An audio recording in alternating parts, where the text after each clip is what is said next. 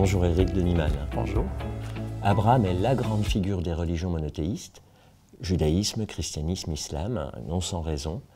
Et vous-même, vous consacrez un livre à Abraham, c'est votre tout nouveau roman, historique et biblique, le premier volet de la saga Le Clan des Patriarches, qui vient de paraître aux éditions Biblio.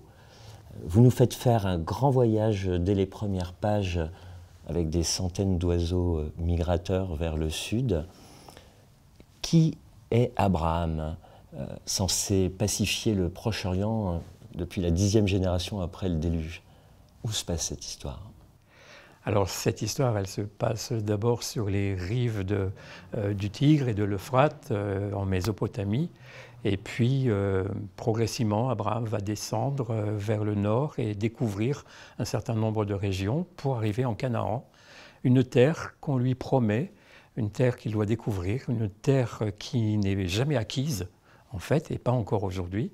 Et cette terre-là, c'est tout l'objectif de son long voyage, cette terre-là où finalement il sera enterré, et ce sera la racine, en quelque sorte, d'où surgira le judaïsme et les autres religions issues d'Abraham. Alors c'est sans doute pour cela que le nom d'Abraham revient sans cesse dans les émissions d'actualité qui parlent du Proche-Orient. La référence peut surprendre à Abraham. Alors, est-ce qu'Abraham a vécu environ en 1800 avant Jésus-Christ, ou c'est une idée reçue? À quelle époque se situe ce roman biblique et historique?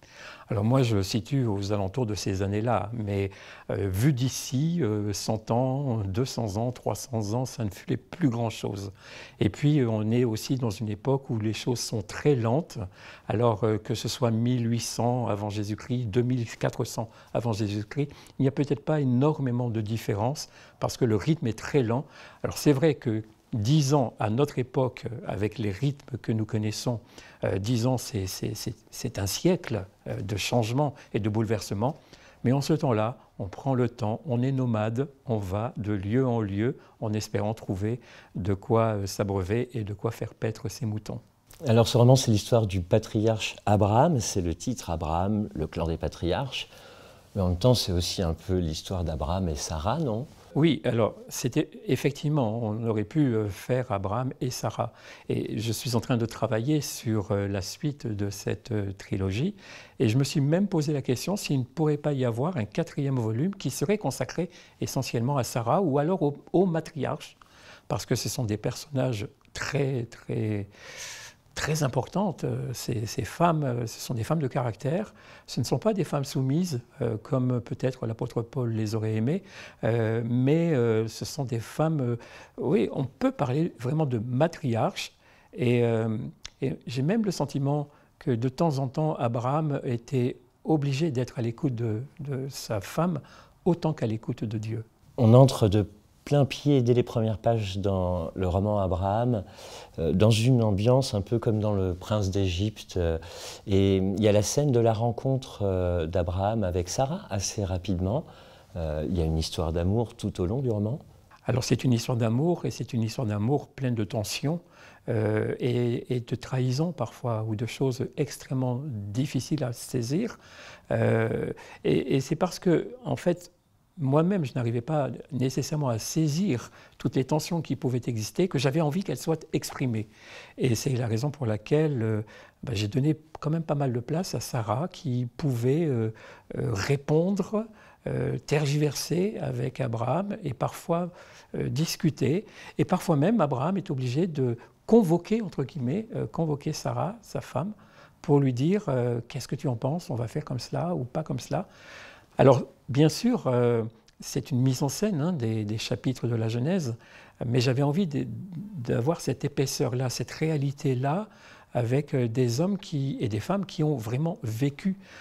Nous, quand on lit le texte biblique, en quelques versets, on voit 10 ans, 30 ans, 40 ans qui se passent. Mais les personnes ont vécu ces 40 ans, jour après jour, nuit après nuit, et il fallait bien les remplir, ces espaces-temps. Et qu'est-ce qui se passe dans la tête des personnages pour les voir agir, interagir comme ils le font, découvrir, inventer aussi leur vie, parce que naturellement, toute l'histoire d'Abraham, c'est un chemin d'initiation. Ce sont 12 chapitres dans le livre de l'Exode. Vous avez écrit la Bible pour les nuls, et on peut découvrir des résumés de la vie du patriarche Abraham aussi. Vous en avez fait des tout petits livres, mais en résumé, Abraham va partir avec sa femme Sarah et ils vont se retrouver après un grand périple en Égypte, plus ou moins. Et vous faisiez allusion à la vie conjugale d'Abraham et Sarah. Là, on va trouver des scènes d'un réalisme étonnant qui parlent encore aujourd'hui. C'est ça qui est intéressant avec la Bible, parce que c'est une façon très particulière qu'a Dieu de nous parler. S'il avait voulu que nous ayons que des commandements, les 10 commandements auraient suffi. Mais quasiment 80% du texte biblique, c'est du récit de vie. Ce sont des sagas, ce sont des aventures. Abraham, Isaac, Jacob, mais avant eux, il y avait Adam et Ève, Caïn, Abel, Noé et sa famille. Et puis après, il y aura David et tous les autres. Et puis même l'Évangile. L'Évangile, c'est une histoire racontée, c'est une biographie qui nous est racontée. Le livre des Actes, c'est encore des aventures. Donc on a toutes sortes d'enseignements que Dieu veut nous transmettre, mais au travers de vécus, au travers de personnages. On a besoin de ces exemples-là, plutôt que il faut faire ceci, il faut faire cela, c'est comme ça qu'il convient de faire, etc. Non, on va vivre au travers des personnages et on va être obligé de se questionner. Qu'est-ce que j'aurais fait à leur place? Est-ce que j'aurais aimé entendre la parole de Dieu? Sarah, de temps en temps, dit à Abraham, tu voudrais que Dieu te parle, mais quand il te parle, il te dit des choses tellement surprenantes et tellement dérangeantes qu'à la limite, il vaudrait mieux qu'il se taise. Et pour moi, c'est ça aussi dans ma vie de tous les jours. Je cherche à être à l'écoute de la parole de Dieu, mais en même temps, si Dieu me parle, ça peut être extrêmement redoutable. Et toute la vie d'Abraham et la vie de son fils et du troisième patriarche, Jacob, ce seront des vies extrêmement tourmentées. À chaque fois que Dieu parle, on se dit, j'aurais peut-être préféré qu'il se taise. Et c'est tout le nœud de l'histoire de votre roman Abraham, c'est-à-dire c'est aussi la réponse à l'appel va vers toi-même. C'est l'histoire de la nouvelle maturité d'Abraham qui va se dérouler tout au long du roman. Est-ce que vous l'avez conçu justement à partir de ce réalisme? Abraham n'est vraiment pas parfait.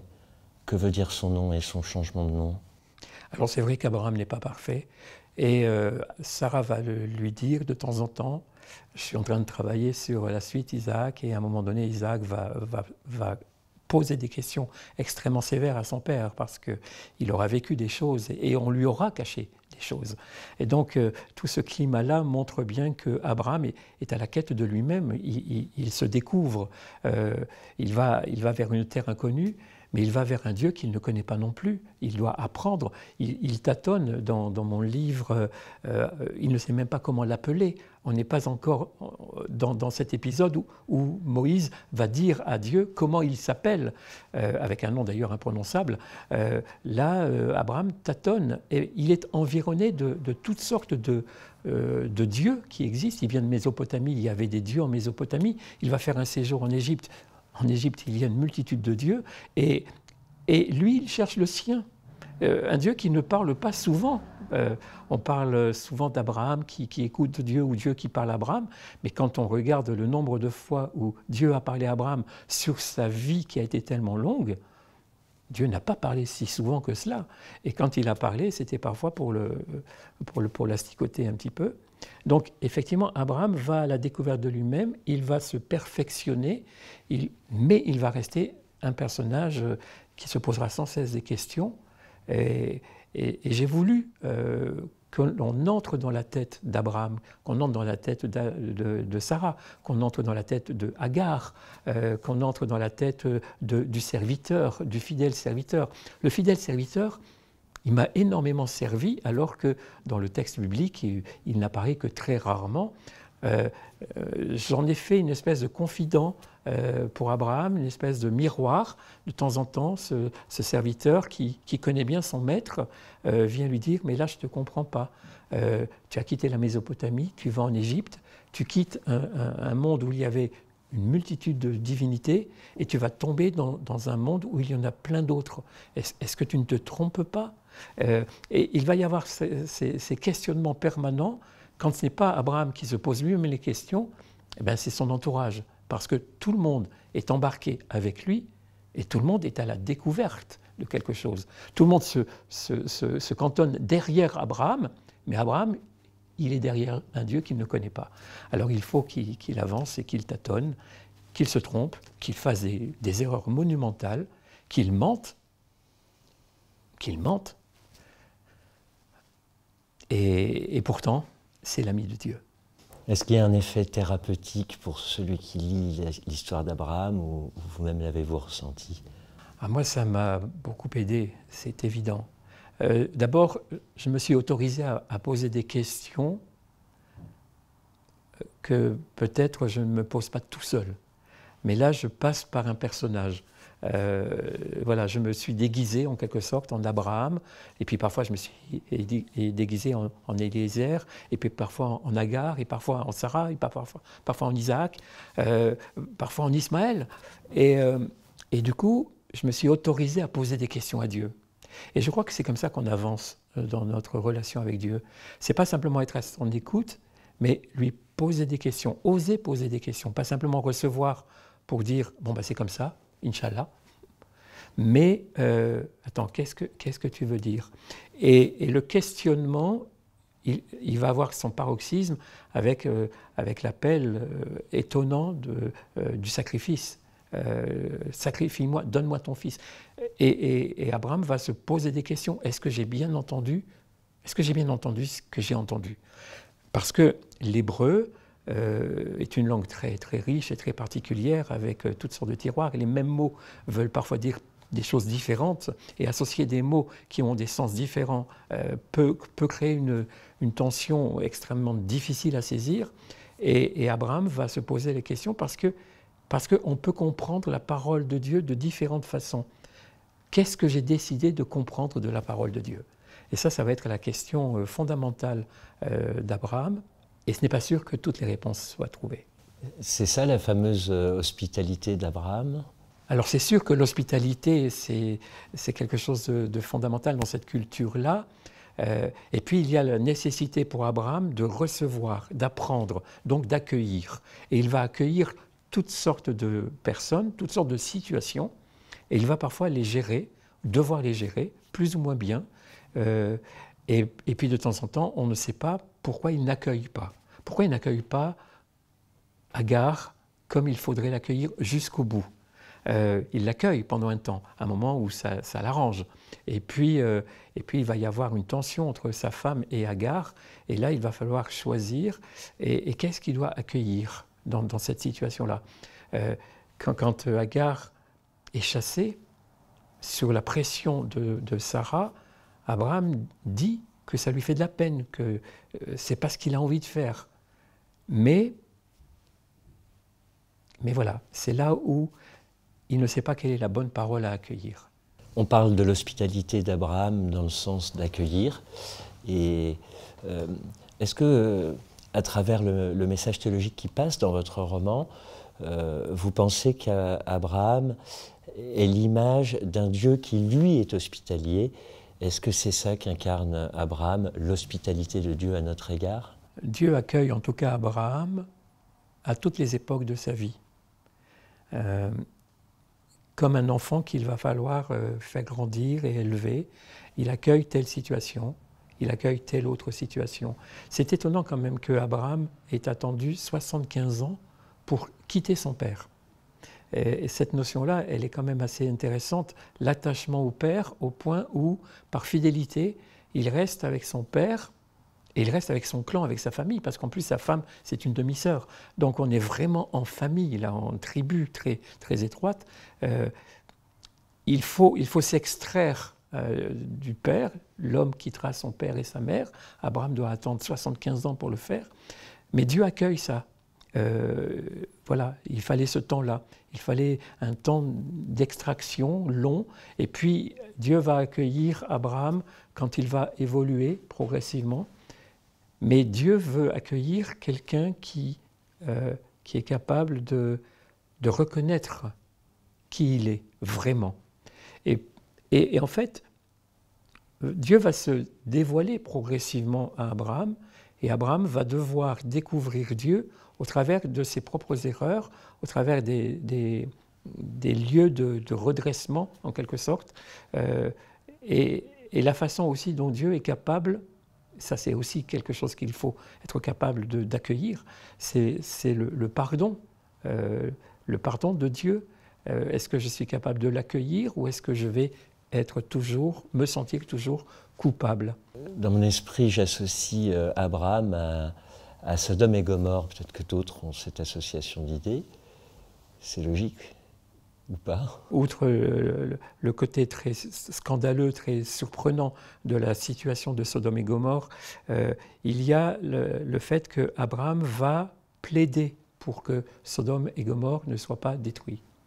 Il va argumenter, il va prendre la défense de cette ville, il va dire oui mais tu ne peux pas exterminer toute une ville, il y a quand même des gens qui sont justes là-dedans, alors si tu trouves 100 justes et puis si tu trouves 90, et il va marchander jusqu'à arriver à 10 justes. Et finalement, ils n'y sont pas ces 10 justes. Et donc Abraham va voir de loin une espèce de grande fumée et il va comprendre que finalement il n'y avait pas 10 justes.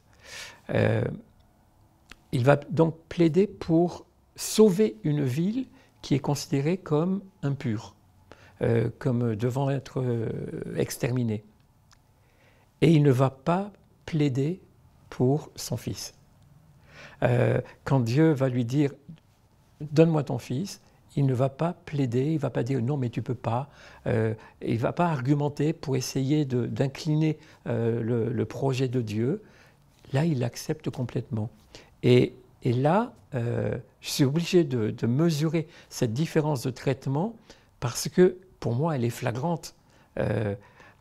D'autant qu'on sait très bien que derrière Isaac, qui est innocent, il y a une figure christique. Et donc, Sodome, c'est le méchant et il essaye de défendre le méchant. Et Isaac, qui est innocent, il ne le défend pas, il obtempère. Dieu lui dit « donne-moi ton fils, élève-le en holocauste » et le matin, il prépare tout et il y va. Pas de discussion. Cette absence de discussion, elle est tellement troublante. Et alors dans le premier volume, Abraham réfléchit, essaye de comprendre, etc. Dans le deuxième volume, où on parlera davantage d'Isaac, Isaac va revenir là-dessus et va questionner son père. Il va dire « je me souviens quand même ». Parce qu'on ne sort pas d'un événement comme celui-là sans être un peu traumatisé, même si on a la foi. Il ne faut pas rigoler. Abraham, le clan des patriarches, c'est le premier volume d'une trilogie.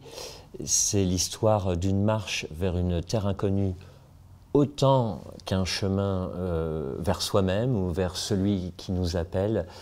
C'est l'histoire d'un grand voyage d'Abraham où Dieu se révélera pas à pas, comme on dit dans la tradition de lecture de ce roman biblique. Est-ce que vous diriez, pour conclure, qu'Abraham pourrait être pour nous l'ancêtre des exilés? Ce qui est évident, c'est qu'Abraham est un migrant. Et simplement de dire migrant, déjà on éveille toutes sortes de choses. Quel est l'accueil? Quel est l'accueil de ce migrant, avec ce migrant qui doit aller sur une terre qui n'est pas la sienne? Et le texte biblique précise que quand il arrive en Canaan, il y avait déjà quelqu'un. Donc il vient sur une terre qu'on va lui donner, mais qui est déjà occupée. Et là, on a déjà toute une problématique du territoire occupé. Est-ce que j'ai le droit de prendre, de posséder, etc. Et l'attitude d'Abraham, elle est quand même très particulière parce qu'il va toujours être pacificateur. il va toujours être en bon terme avec Mamré, avec Abimelech, même si de temps en temps il y a des tensions. Mais il y aura souvent une bénédiction sur le migrant qui vient, et cette bénédiction, elle va bénéficier à celui qui l'accueille. Et on le voit bien, même dans le texte biblique, je veux dire, il ne faut pas nécessairement que je fasse trop de mise en scène, mais même dans le texte biblique, on voit bien que quand on vient le chercher pour défendre les autres, c'est parce qu'on a confiance en lui et parce qu'on a reconnu qu'il y avait une bénédiction sur lui. Et on le laisse souvent tranquille, parce que tant que lui est béni, nous autres qui sommes autour de lui, nous le sommes aussi. Et là, on pourrait se poser la question de savoir quelle est notre attitude à l'égard du migrant, et puis à partir de quand on ne l'est plus.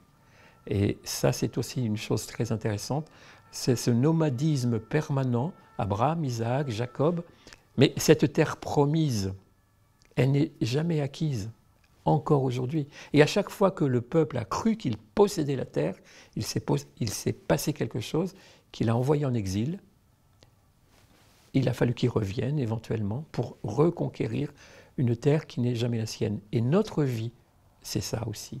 Nous sommes des passagers, nous sommes des nomades permanents, et la prétention de devenir quelqu'un qui possède, c'est une prétention que Dieu n'apprécie pas. Vous pensez que ce nomadisme spirituel, cette foi d'Abraham, elle peut encore servir de modèle aujourd'hui, avoir un rôle pacificateur aujourd'hui dans l'actualité ? Ce qui me semble en tout cas intéressant, c'est de ne jamais être fixé sur ses positions permanentes, ou penser qu'elles le sont. On peut avoir des convictions, on peut s'établir sur des vérités, mais toujours être capable de dire que mes convictions d'aujourd'hui ne sont peut-être pas celles que j'aurai demain, et mes vérités pour moi aujourd'hui, qui sont vraies aujourd'hui, demain ne le seront pas. Demain, on ne pourra pas dire que ce n'était pas la vérité, c'était la vérité à ce moment-là, mais les choses évoluent et changent, et c'est la raison pour laquelle je dois toujours être capable de lever le camp, de partir ailleurs, parce qu'ailleurs, il y a d'autres prairies où je vais pouvoir me nourrir.